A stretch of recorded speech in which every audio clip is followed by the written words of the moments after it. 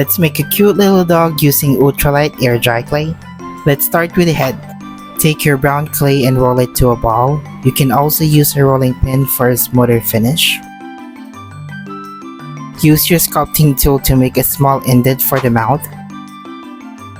And with the black clay, let's make a small ball for the nose and stick it in the center.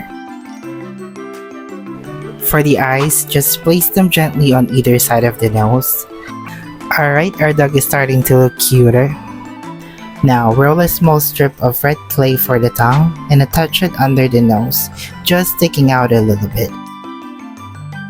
We'll make 2 small teardrop shapes for the ears, and just a little clay goes a long way here.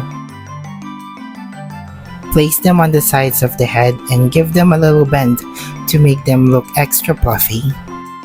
Take some brown clay and gently roll it into a ball. You don't need to rush, just enjoy how the clay feels in your hands. Now place the head on top of the body and gently press it down. Let's roll out 2 pieces of clay and flatten them into ovals. This will be the front paws. Attach them in front of the body, right under the head, so it looks like our dog is sitting patiently. Just attach the remaining paws and press them lightly.